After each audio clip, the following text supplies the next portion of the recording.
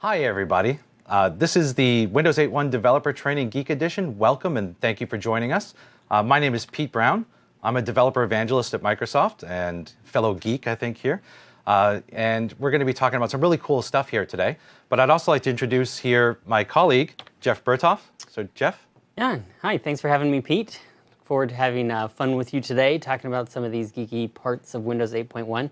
So my name is Jeff Berthoff. I'm also an evangelist here at Microsoft, but I focus on HTML5. So I focus on web technologies, how we use JavaScript and HTML5 inside the apps and inside the browser. So we're kind of counterparts here, where Jeff does the HTML side of things, I do the XAML side of things. But for the most part, I think we try to mix it up a little bit, and I think you know just enough XAML to be dangerous, and I know just enough HTML to work my way around like a WordPress site, I think is. Well, there you go. That's how you get started. So we're going to be talking about some really cool things today. I mean, this is different from, I think, the normal developer training that we would do. So, if you think about, what we would normally talk about, I do a lot of business talks, a lot of talks about, hey, here's how to take a bunch of data and get it onto a form. But I like to use Windows for fun, right? So I do a lot of things in my off time that are unrelated to, say, like business application development. So I like to do stuff like, I will design circuit boards, right? Or I will make music using things like the Surface Blade here, or mess around with, say, like, robotic stuff like the Sphero here, which is, a really cool robotic cat toy, essentially. So what kind of stuff do you like to do for fun? Well, when I'm not busy watching reruns of Brady Bunch or playing Minecraft with my kids, I tend to want to do kind of geeky things myself. So I always enjoy finding new environments where I can run JavaScript. I know it's what I do during the day, but at night it's kind of fun to explore new frontiers, new devices, and anything that I can get a Node.js server or JavaScript to run on, I'll tinker with that and make it work.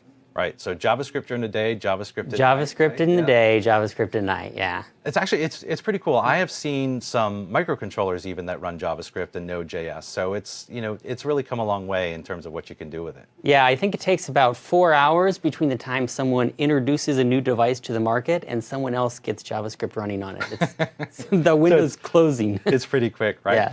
Yeah. But today we're not going to be talking specifically about that stuff, but we do have some great talks on HTML and WebGL, which I think will be really exciting. Mm-hmm. We talk about the web app template, which is great for building Windows Store apps using web technologies. We'll do a little bit with speech and camera and microphones and things like that. And speaking of which, we have some webcam demos we're going to be working on. I've heard it gets really hot here later in the day. I'm currently wearing pants, so we'll have to see later in the day if that works out for us.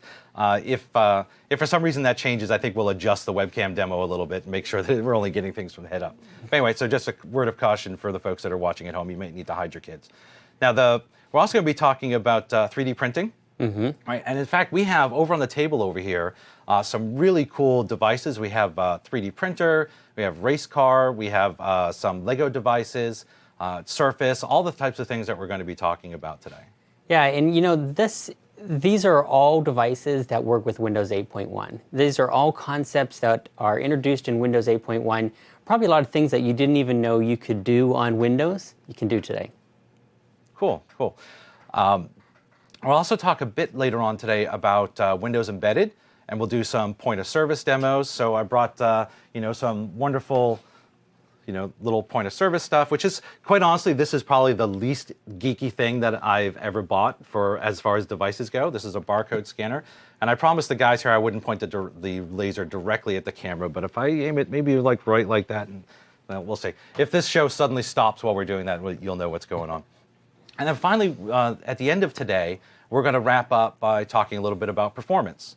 So, all these things are really kind of cool, geeky things that, are going to work into how to build apps in Windows 8.1 using all these technologies. But at the end, we also want to make sure we drive home some of the ideas around how to make apps that perform well, and some of the things that you're going to do in XAML that will either make your app faster or slower, as well as some of the tools that we have in Visual Studio for diagnosing that. And so that'll also be towards the end of today.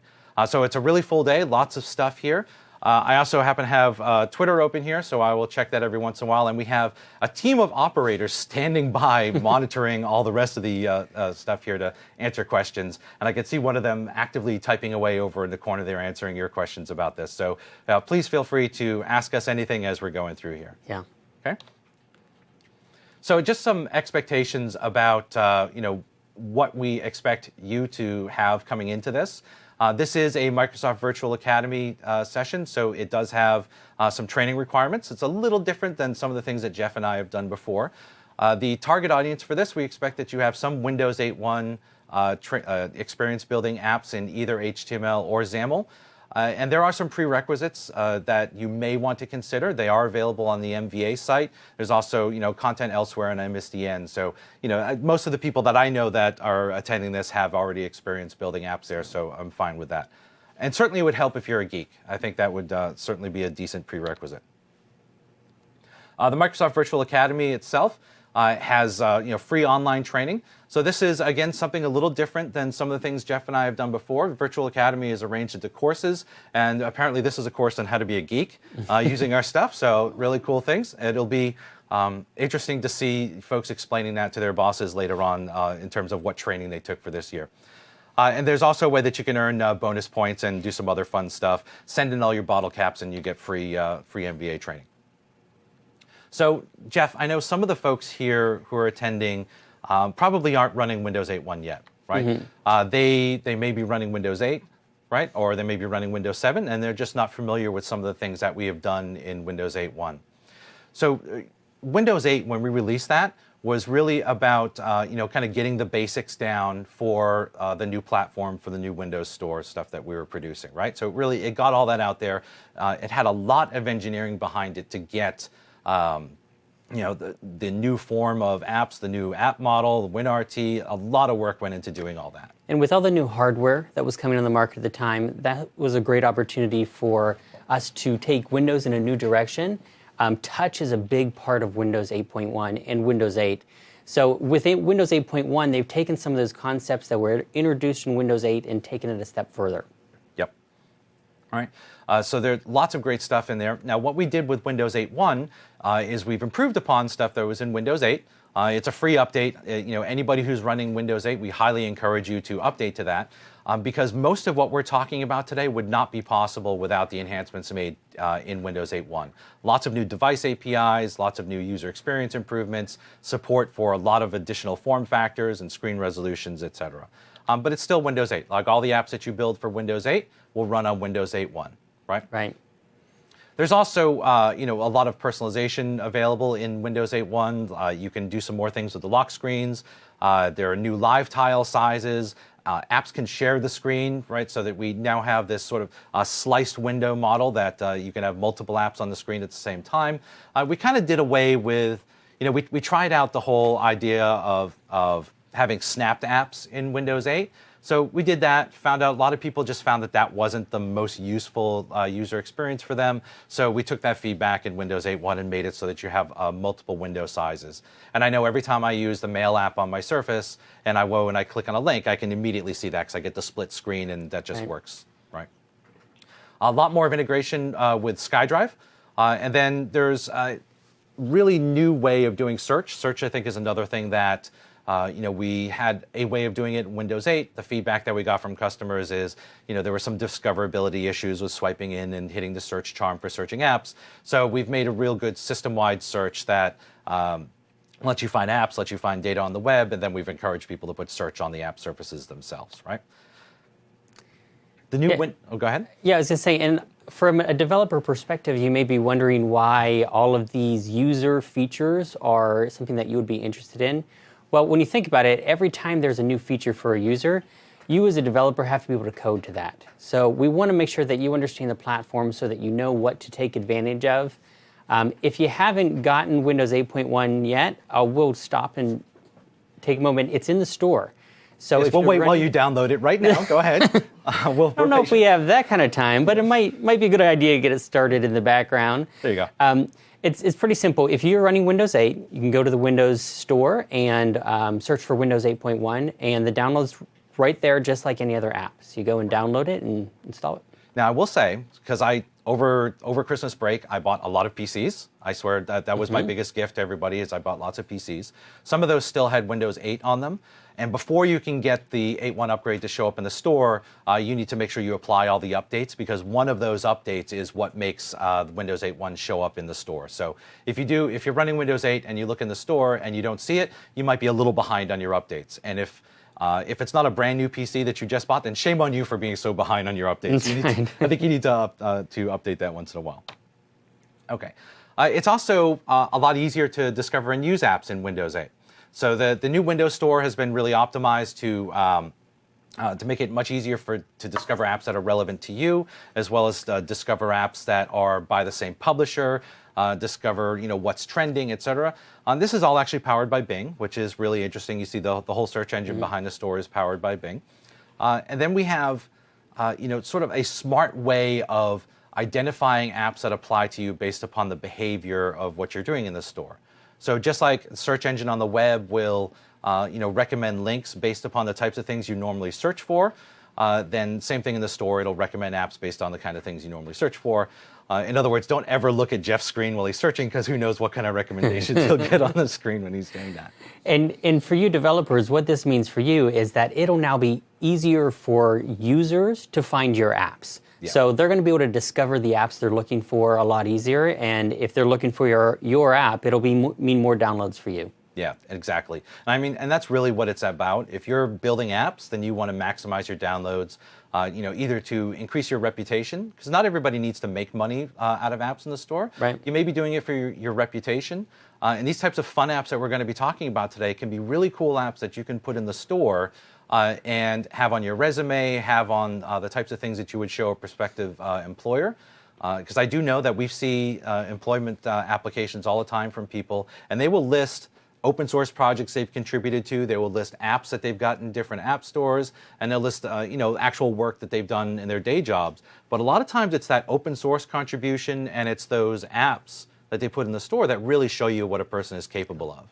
Yeah, to be a developer, it doesn't mean that you have to do that all day long, every day. A lot of our development audience are hobbyists, are people who do it in their free time, do it for fun, or work on their own apps at night.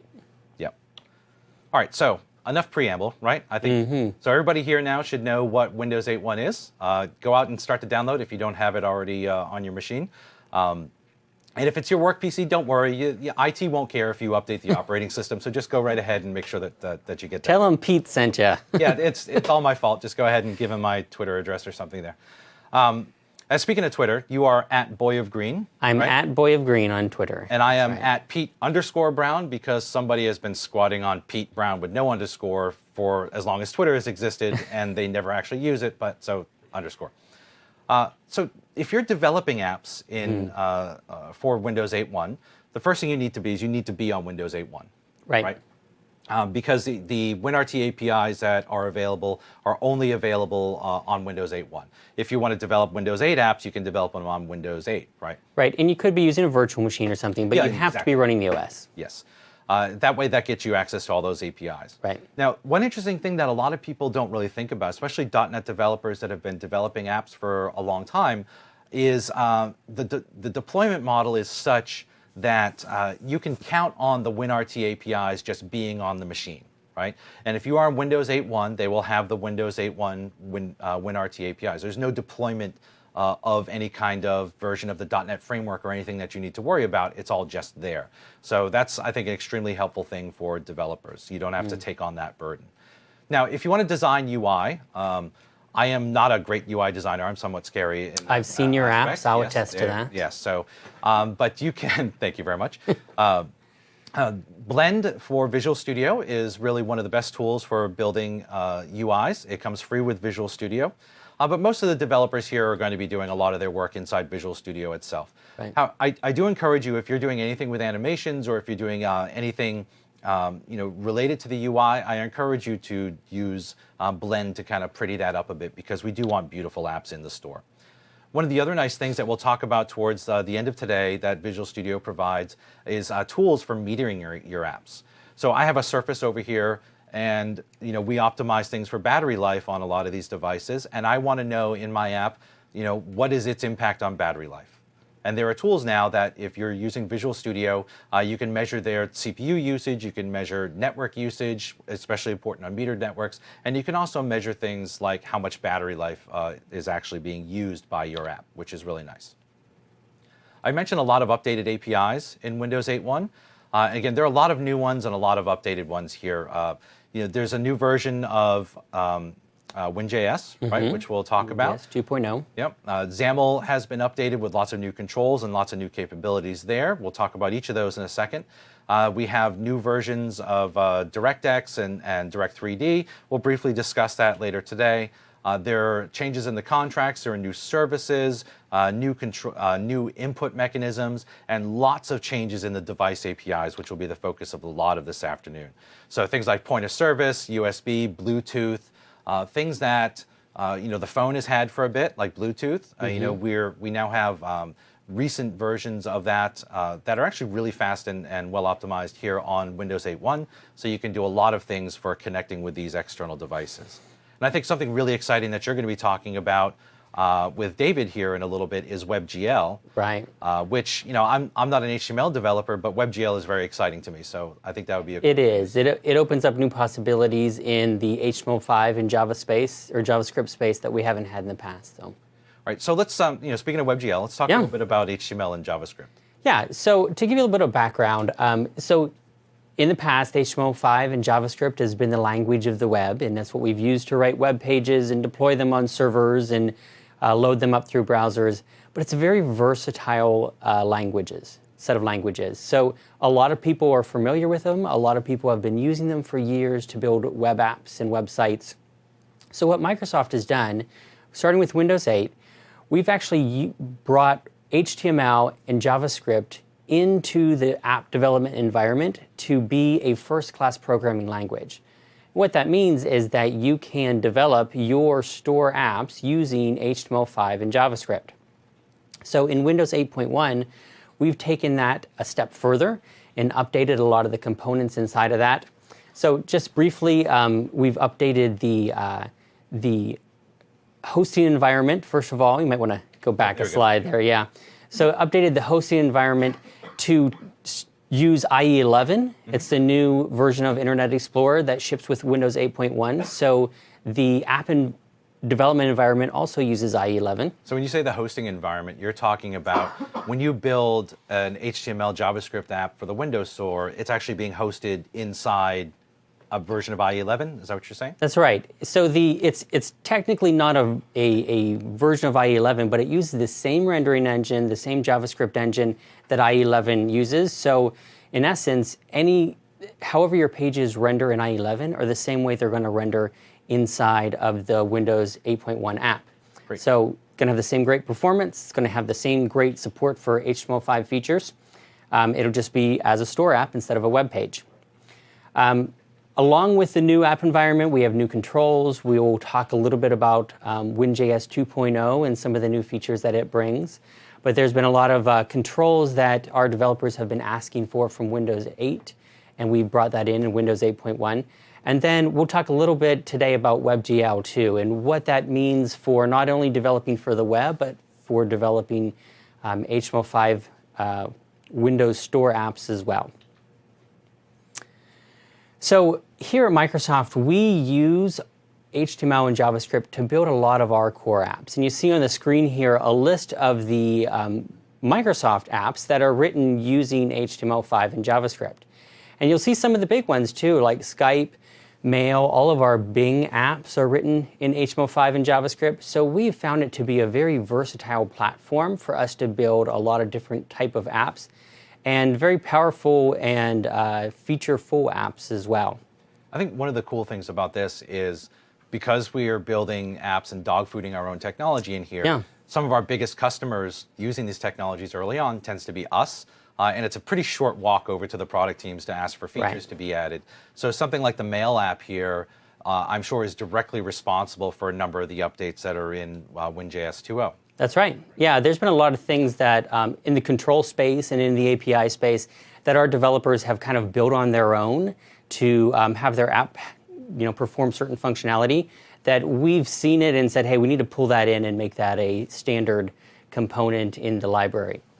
So what I want to do, Pete, is take a minute and actually demonstrate how you would work with an HTML5 app. Okay. So I'm going to bring open Visual Studio on my screen here. So if you are a developer in the Windows platform, this is going to look familiar to you. If you're a JavaScript developer and you're new to Windows, this might look a little foreign to you. What I'm going to do is I'm going to open up a new project. And you'll see the first thing I have is some choices as to the different languages that I'm going to use. So here, of course, I'm going to choose JavaScript. And I'm going to start out with just a blank app. But I'll note that we do have other options that you can use for your starter app. We have the grid app, split app, the hub app, and new to Windows 8.1 is the navigation app as well. But I'm going to open up a blank app. And the first thing that you're going to notice is on the screen is there is JavaScript. Over here, you'll see our files. We have HTML files, JavaScript files, and CSS files, the same thing that you would be familiar with if you're working on the web. So what I'm going to do is I'm going to actually just start by running this. And you'll see immediately in Windows Store app,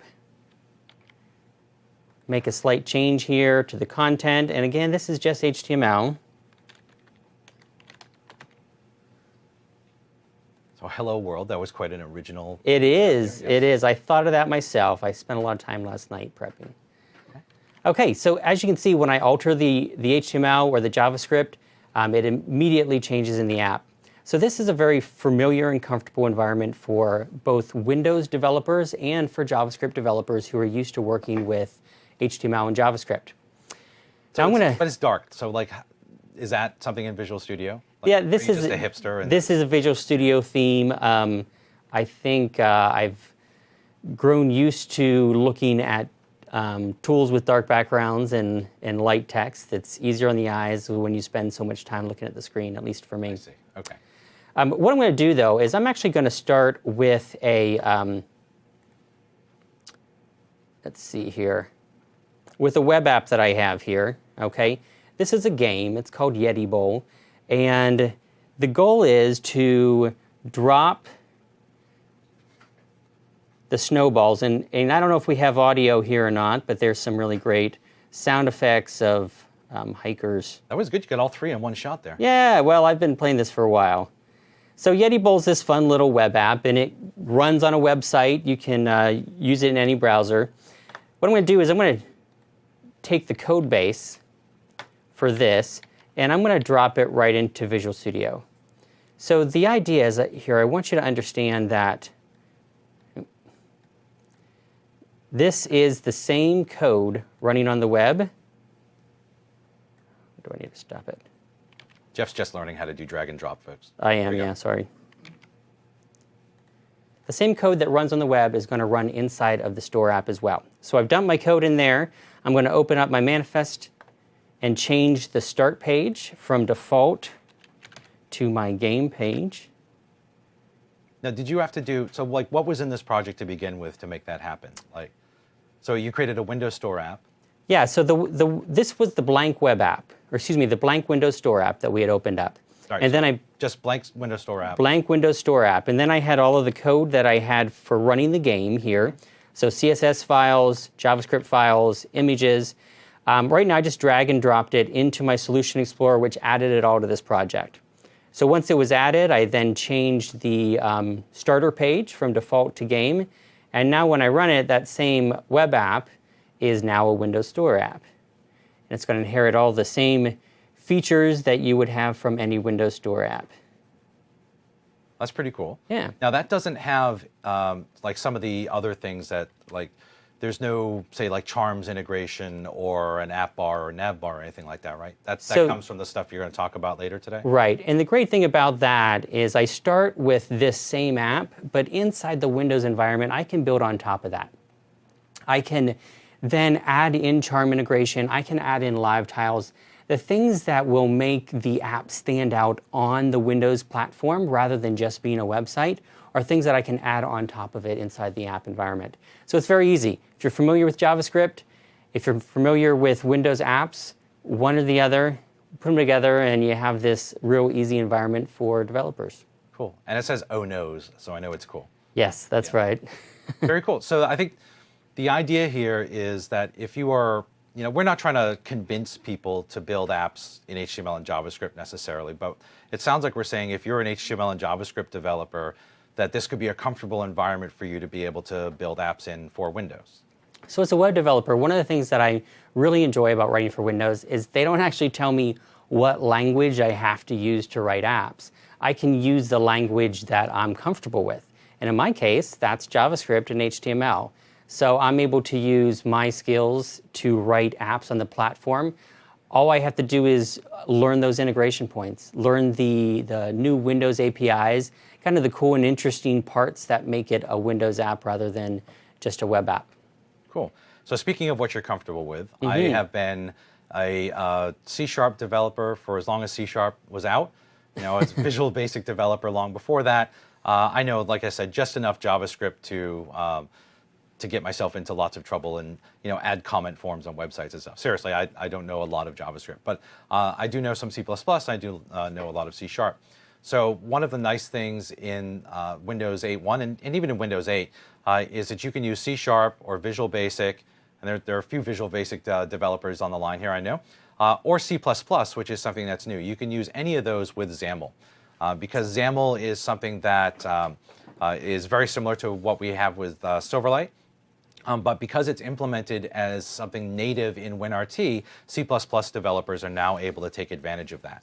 And so I think that's really a cool thing because I know C++ folks have been asking for something above and beyond MFC for a really long time.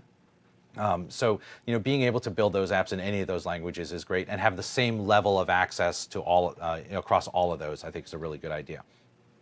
But the idea here is if you are a .NET developer, or you are a XAML developer, WPF, Silverlight, whatever, or also a Windows Phone developer, because most of those apps are XAML and C#. If you know any of those things, then it'll be much easier for you to learn to build Windows Store apps using XAML and C# here. Now, I mentioned that the XAML stack is native as part of the Windows runtime. It's always present. Because it is native, it's very fast. It's been optimized for speed. I know that some of the WPF developers out there have told me that, hey, there are parts of the WPF XAML stack that could be faster. The teams have taken that information into account and made sure that the XAML stack that you see in Windows 8.1 is as fast as can be, and they're constantly tweaking it to make it even faster on low-power devices, which is interesting because I think for a long time, we had just been building apps that were bigger and bigger and bigger and bigger and had access to more memory and had the ability to, just sort of really take over the whole system. But now we're starting to get devices that are much lower power. Like you're starting to have to go back to building for like ARM processors or low power Intel devices and stuff. So we have to step back for a second and start being efficient about how we code again, right? And I think that the Windows group has kind of led the way, and the system requirements for Windows 8.1 is even lower than it is for Windows 8, and Windows 8 was lower than it was for Windows 7. Yeah. So it's interesting that we keep actually lowering the bar for building, for hardware for Windows itself. And like I use my Surface all the time. This is a Surface 2 here, and it is very fast and I can't believe I'm going to say fast and fluid, but I will say it anyway, as far as animations and stuff go. And that's only because people have put a lot of time and thought into performance on there. So again, towards the end of today, we're going to talk about some specific performance things that you want to keep in mind, because I can't emphasize enough that you can build a slow app in HTML, you can build a slow app in XAML, but we have at the same time tried to provide tools and technologies that make it much easier for you to build a fast and efficient app using those technologies. So again, we put some really large investments in XAML and .NET in Windows 8.1. You are still using .NET when you build a XAML app. So there's the WinRT side, right, which is all of the common stuff that you have as part of the operating system. It's sort of the new Win32. You can kind of think of it that way, right? And then there's a subset of .NET which is available for building Windows Store apps. This is very similar to if you're building a Win.js app, you have here's WinRT stuff, and then here are all the other libraries that you might use alongside WinRT, right? And we'll talk a lot more about that in the next session, but Microsoft provides you some great libraries for building the Windows Store apps, but if you're already using an open source library or any library for that fact, in your JavaScript apps, bring that along with you. Bring that code that you've already written in the libraries that you're already familiar with. Yeah. So as a .NET developer, you can still use a lot of the same approaches that you've used before, being able to do binary sharing of components. So you can create a portable class library, and you can use that across your different .NET apps in Windows. At the same time, you can create WinRT components in C#, Visual Basic, or C++, and be able to use those not only from other .NET and XAML apps in the store, but also from even HTML and JavaScript apps. So you can create a Windows component that does something useful. That say as a business you want something that's going to be shared across these different languages, and be able to consume that from JavaScript as well. Right. So very cool, and that's something that you can also share with Windows Phone and share with other technologies as well. You do have full access to the native XAML stack from C++, including integration with DirectX. We have some interesting things about that in a couple of seconds here. And of course, it's a modern declarative UI. Some folks like Jeff might argue that HTML is also a modern declarative UI, but we'll disagree about that. XAML is cooler. And then it's the same API regardless of which language that you're using it in.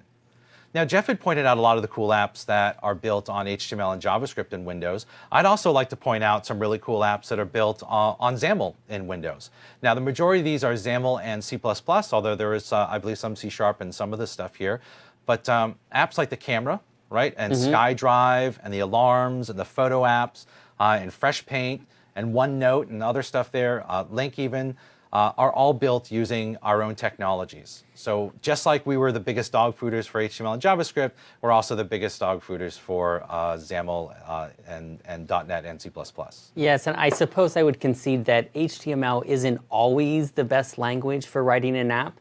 So one of the great things about Windows 8.1 is that you can choose the language that's most appropriate for the type of app that you're writing for. Yeah. So in some of these cases, whenever you're building games or things like the camera app, C++ might be the way to go, or C# might be a better result. And you have that ability to make the choice in Windows 8.1.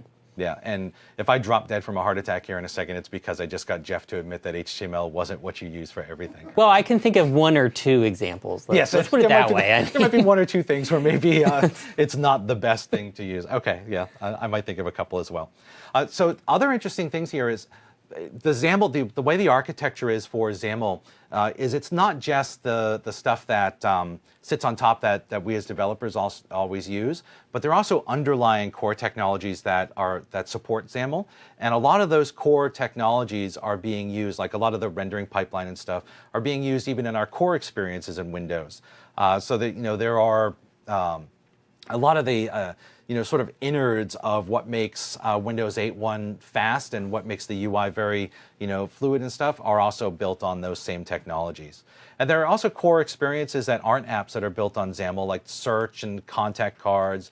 If you're running 8.1 on something like a Surface or another device with a camera and you're on the lock screen, you can swipe up, I believe it is, or swipe down to get to the camera. That experience as well is also built on XAML. So again, the point here is not necessarily a contest between HTML and JavaScript, because we know which one would win, but it's really about showing that we use the same technologies that you use in building apps. We're using those to build apps and using those to build the operating system. And it wasn't always that case. It is something that I think really helps make the platform better when we do that. It is. So I'm going to be doing a lot of XAML demos throughout the rest of the day, but what I would like to do here is a quick demo of sort of Hello World. I don't have anything as interestingly named as Yeti Bowl, which sounds like something you might get at a party. I don't know. It's like sort of some strange thing there. I don't have anything like that, but what I am going to do here is just quickly create a new project. I'm going to use C#. And there are a couple of different templates here, just like what Jeff showed in HTML and JavaScript. And what's interesting is we've tried to make sure that there's really good parity here between the templates that you get in C++, the templates that you get in HTML, the templates that you get in C# and Visual Basic here. So I could do a split app.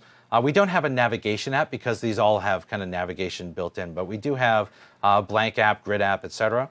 just like you did, I'm going to create a blank app. I'm not going to drag a website in here, but I am going to do, I think, the same hello world that you had. Well, you know, Pete, we will be talking a little bit later about the web view. So all you XAML developers who do want to use websites in your apps, you can do that. That's right. So just like, you know, if you're a frustrated HTML and JavaScript developer and really want to do some C#, you can create a WinRT component. Sure, I've never met one, but you know, for the sake of conversation. Yeah, and if you're a frustrated XAML developer who really wants to use HTML and JavaScript, you can incorporate that with the web view. That's right. Excellent. So, you know, it's kind of really nice integration with that. And what's interesting there is that's not something that we were always able to do, right? If you tried to do web technology in, say, like a WPF app, there were what called airspace issues, where because the way you were overlaying a window on top of the content, there were questions about the XAML didn't overlay the stuff properly and everything.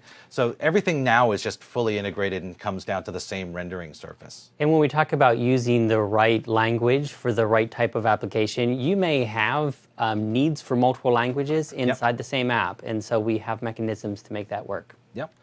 All right, so I'm just going to quickly here, now I can use the design surface and I can drag and drop controls on here. I believe you can do the same thing in the HTML designer. But instead what I'm going to do is I'm just going to type in some XAML. And what I really like here is there's really good IntelliSense inside the IDE. And I think also the IntelliSense for JavaScript and stuff has come a long way as well. Yes. Right, so especially if you spell things correctly, if I type text block here, right, I say text equals. Now if I wanted to bind, we now have binding IntelliSense, right? But I don't have anything that I'm necessarily going to be binding to here. But if I did have, say, like a data context that I could you know, specify in XAML that was available at this point in time, I could bind to that and be able to specify, say, like the person's last name or something. So we do have strong IntelliSense there. We showed a bit of that off in the keynote, Day 2 keynote at Build. So when Steve Guggenheimer was up there, he was talking a bit about those features. So I'm not going to do binding here. I think most folks, if you're not familiar with binding, there are some great examples, both again in HTML and JavaScript, as well as in C# and XAML here, available through the MVA site as well as on MSDN. But I'm just going to say hello world, right? And that's really tiny, so I'm going to create increase the font size. I can say font size equals 50, makes it a little bit larger. I want to make this an excited hello world, not just hello world, but excited hello world. So there we go, right? There are lots of new properties on these different controls. So, for example, if I wanted to have, let's say, a stack panel here, so I can have more than one thing. Let's say stack panel, and then move my text block into that. Stack panel will lay things out just one on top of the other. And then if I say I have a text box, text equals hello Jeff. So now we're getting more specific here. There is also world's widest text box. So let's say width equals 200. All right, so that says hello Jeff. Let me do the font size equals 50 again. If I wanted to have a label for that, and of course now I need to make the width bigger, so let's see, 3, hello Jeff. Okay, there we go. So there are new features such as labels that you'll see on a lot of these controls. So if I go, excuse me, if I get here, where's my, oh, header, that's what it was. I call them labels, but it's a header. The reason it's a header is because you can put anything in it that you want. It's a content control inside XAML. It doesn't have to be text. It could be images or anything like that. For the header here, it can say something like HTML noob. Hello, Jeff. There you go. So the header on that just says HTML noob, right? And then we have hello, Jeff there. Now, we also have support inside the text box for multicolor fonts. So if you've ever sent like smileys or anything like that, and most of the web browsers and stuff do this by default, but if you've sent smileys, the actual glyph for a smiley is a multicolor graphic, right? It's like a yellow face and different color mouth and stuff. So we have support for those and setting the caret color in text box as well, or text boxes as well. Lots of new features for that stuff. We also have some performance-related features for large lists, which we'll talk about towards the end of today as well. So let me just quickly run this Hello World app. It's going to run on a machine. You see there are some performance counters up on the top left and top right, and both those are enabled by default. They let you see the frame rate and how you're doing, and then there's my giant X to clear that out. And actually, I'm the HTML noob between us, so I'll be a little more fair there, right? So let me switch over to this and stop. Again, we're not going to go in depth on the basics of any of these languages here. I know you'll do a bit more in the HTML session. Yes. But if you're not familiar with XAML, then definitely go and attend some of the other MVA stuff. I also know somebody who has a really cool book on building Windows 8 apps in XAML. So if you're interested in that, I would highly encourage you to support My Hobbies and Family and buy that book, right? So let me just quickly run back to the slides here, because I want to talk a bit about how to build apps in C++ and DirectX. Now, I'm not going to actually do this here today. It's know your limits, man, right? So I know my limits. So I'm not going to try to build this here today. But it's really interesting to think about combining combining DirectX with C++ and XAML for lots of different types of apps, right? So C++ and DirectX are really what we would recommend if you need the highest performance. And you're really looking at each and every frame that you're working with, and you need to make sure that you get the most out of that. So DirectX provides the graphics functionality for Windows. Everything ultimately renders down to DirectX, but sometimes you need to be able to access that API directly. It's very high performance, and it is the lowest level graphics API for applications. It is, if you're thinking about coding graphics on the metal, this is the technology that you want to use. So it also provides access to building games. We're going to talk about WebGL, which is slightly different. Still renders down to DirectX ultimately in this case, but you can build apps directly using DirectX. Is that too many directs? Directly using DirectX directly. C++ and DirectX. So DirectX 11.2 is part of Windows 8.1, and it does have very high performance interop with XAML. So, think about what I said earlier about WPF, where if you had a DirectX window and you wanted to have a menu that showed up, it could never overlap that DirectX window because the way the windowing layer was. It was actually two separate HWinds in Windows.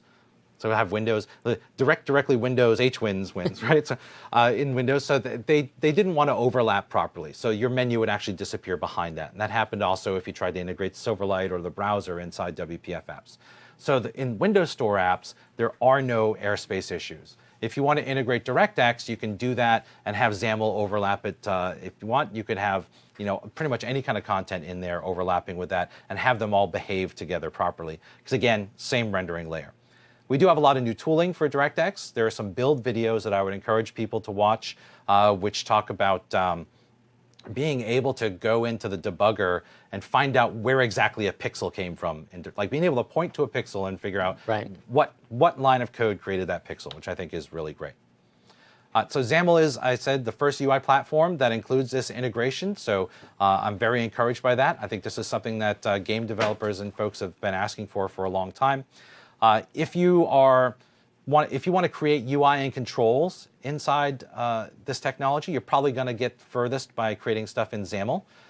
You can do it in DirectX. People have for years, but it was painful because each of the states for the controls becomes a different bitmap and stuff. You have to draw those and manage all that state manually, and you're dealing with a frame-based rendering system as opposed to an event-based system. So that was always pretty challenging. If you want to use custom graphics, if you want to do image editing, create games, doing that directly on the DirectX surface is good. And then, again, no airspace issues there.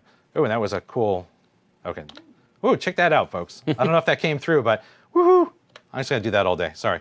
For a second, I thought I switched apps for a second.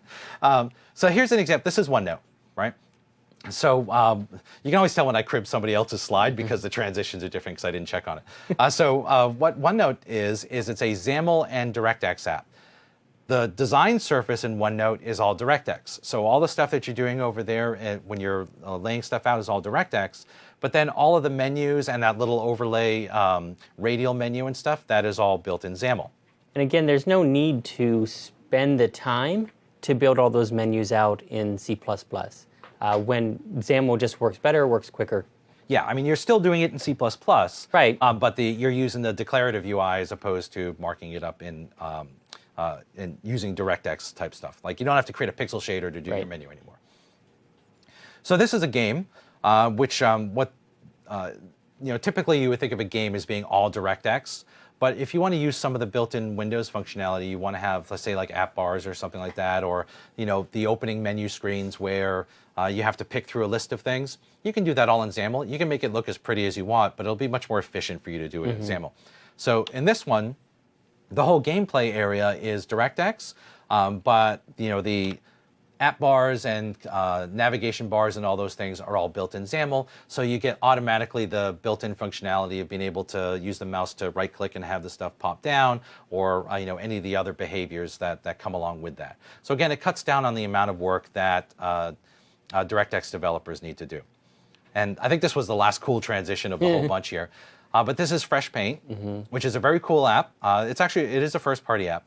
It's a very cool painting app for, it has templates that you can color stuff in if you want. And it also has, you can import photos. You can just sort of draw on it with your fingers. For a second, I was going to draw on this, but this isn't the actual app. And what this is also is a combination of DirectX and XAML, excuse me. But what's interesting here is it's multiple layers.